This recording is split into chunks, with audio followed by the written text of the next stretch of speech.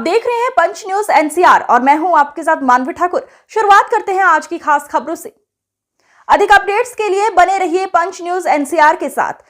Channel को like, share, subscribe करें और बेल आइकन दबाना बिल्कुल न भूलें। भाजपा के राष्ट्रीय प्रवक्ता गोपाल कृष्ण अग्रवाल ने बजट को लेकर विपक्ष पर आम जनता को भ्रमित करने का आरोप लगाया। उन्होंने कहा कि विपक्ष बजट पर झूठा नैरेटिव फैला रहा है। यह बात उन्होंने रविवार को जोधपुर में आयोजित प्रेस वार्ता के दौरान कही। भाजपा की ओर से देश भर में 99 जगहों पर राष्ट्रीय प्रवक्ता और केंद्रीय मंत्री प्रेस वार्ता कर बजट के प्रावधानों की जानकारी दे रहे हैं।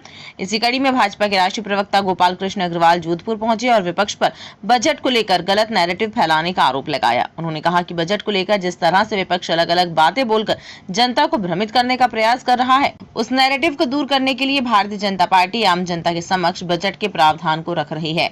केंद्र सरकार की ओर से ये बजट प्रस्तुत किया गया है। वह देश को आर्थिक रूप से मजबूती देगा।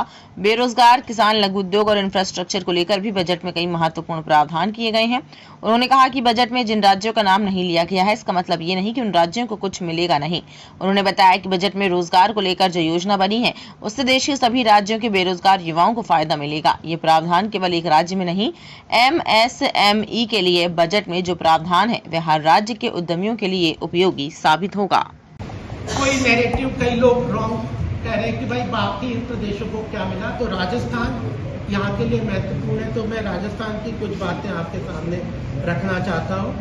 और एक तो महत्वपूर्ण बात यह है कि जो ये 12 नए इंडस्ट्रियल पार्क पूरे देश में बनेंगे, उसमें से एक यहाँ जोधपुर पाली मारवाड़ में एक इंडस्ट्रियल पार्क, 12 नए जो बड़े बड़े इंडस्ट्रियल पार्क बनेंगे, जिसमें सब आधारभूत सुविधाएं केंद्र सरकार अपनी तरफ से मुहैया करवाएगी। उसमें एक जोधपुर में यहाँ पे एक इंडस्ट्रियल पार्क बनेगा।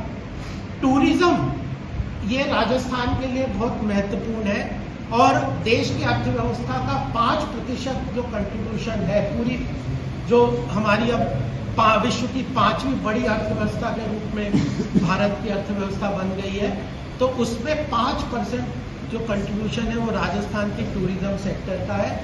प्रधानमंत्री जी ने अपने इस भाषण ये जो बजट भाषण के पहले दिन बताया था कि कल्चर और टूरिज्म इन क्षेत्र को मिला के इसमें बहुत पोटेंशियल है भारत की अर्थव्यवस्था को और क्षेत्र के विकास को बढ़ाने के लिए।